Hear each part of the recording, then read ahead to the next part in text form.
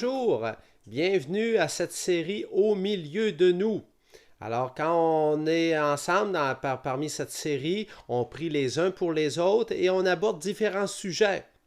Aujourd'hui, le sujet que j'aimerais aborder, c'est la bonté. Jésus, c'est quelqu'un de bon, mais il n'est pas bonasse. Quelqu'un qui est bonasse, c'est quelqu'un qui dit oui à tout, qui laisse passer tout. C'est une expression québécoise qu'on a. L'odeur peut passer sur lui, mais Jésus était bon, mais c'est un homme qui était capable de se tenir debout, dire la vérité, mais dire la vérité avec amour, mais avec solidité. La parole à laquelle j'aimerais qu'on puisse s'inspirer aujourd'hui, parce qu'encore une fois, j'ai choisi plein de paroles dans la parole de Dieu. Tu es bon, Seigneur, et tu pardonnes. Tu es plein d'égards pour tous ceux qui t'invoquent.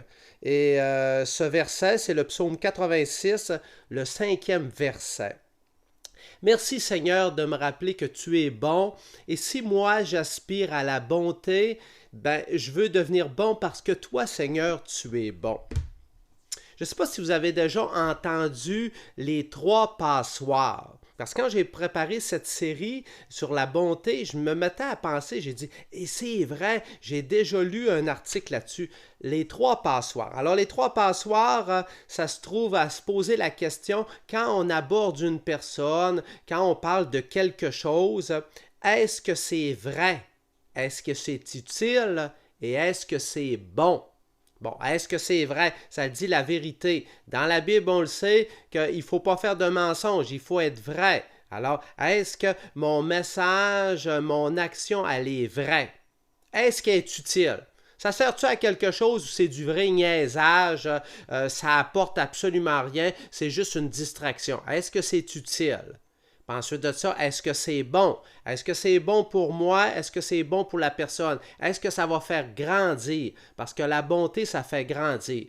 Alors imaginez-vous, là, si nos conversations, nos actions, ils passent à travers ces 3 passoires, ce qui est vrai, ce qui est utile, puis ce qui est bon. Je peux vous dire que peut-être qu'on ne dira plus grand-chose. Mais en tout cas, je voulais vous dire ça parce que justement, dans les 3 passoires, on parle de la bonté. Comment qu'on peut faire pour rester bon? Peut-être que justement, il faudrait mettre davantage la prière dans notre vie. Regardez qu'est-ce que Jésus a fait. Parce que Jésus, c'est notre modèle, c'est lui qui nous inspire.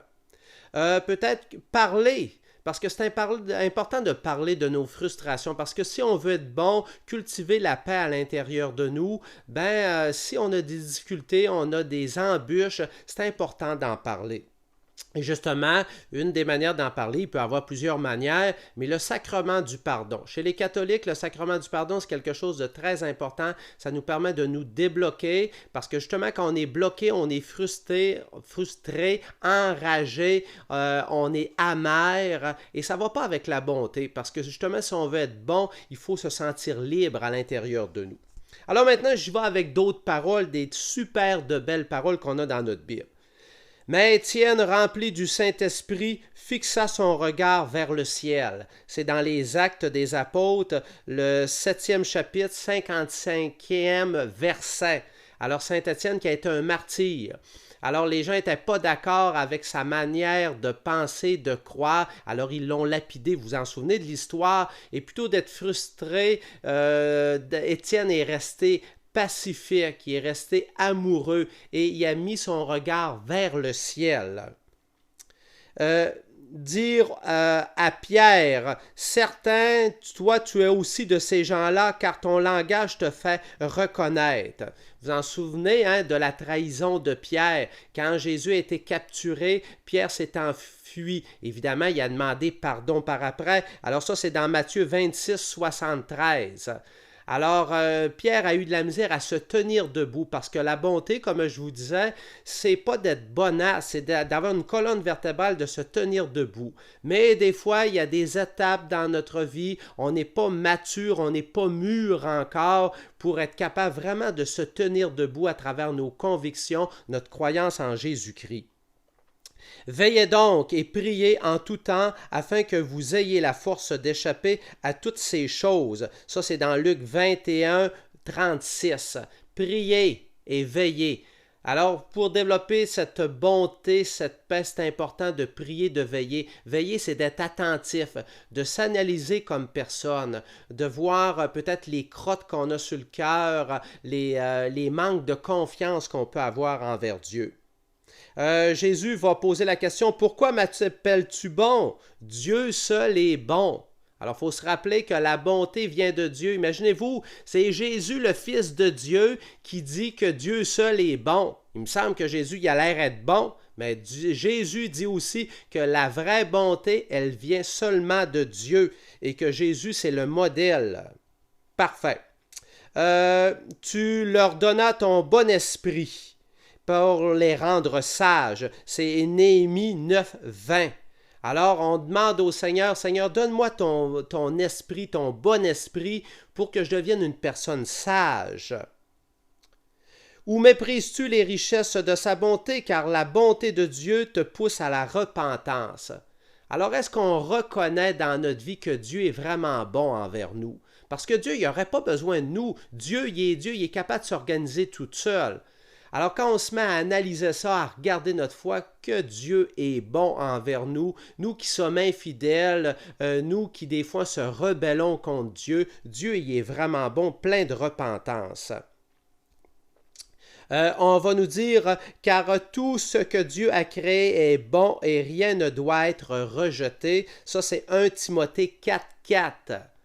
Alors, des fois, on regarde notre monde et on dit, mais comment ça se fait que Dieu n'y intervient pas? Il y a plein de méchanceté. La méchanceté ne vient pas de Dieu parce que Dieu a créé dans la liberté. Dieu y est entièrement aimant et bon. Mais, étant donné qu'il nous a créés dans la liberté, on peut choisir de se séparer de lui. Et quand on se sépare de lui, ben, il y a des bonnes chances que des fois, on ne soit pas toujours bon et qu'on ne fasse pas toujours des bonnes affaires. La loi donc est sainte et le commandement est saint, juste et bon.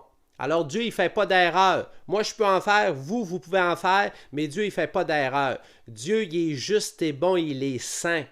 Alors, tout ce qu'il a fait dans la nature, la création, tout l'accompagnement, il est toujours bon, même si des fois, ça ne paraît pas comme ça. Et enfin, la dernière parole, encore une fois, j'aurais pu en choisir plein. Je suis le chemin, la vérité et la vie. Nul ne vient au Père que par moi. Et ça, c'est dans l'évangile de Jean 14, 6. Jésus qui nous dit, je suis le chemin, la vérité et la vie. La vérité, la vie, ça va avec la bonté aussi. Je vous le dis encore, Jésus, notre Seigneur Jésus, c'est un homme qui est bon, mais c'est quelqu'un qui est capable de se tenir droit. Il nous dit la vérité, il veut nous guider. Sa bonté nous guide. Laissons-nous guider par Dieu. Maintenant, on va prendre quelques instants de silence. Fermez vos yeux et nous allons méditer un peu et s'unir à Dieu.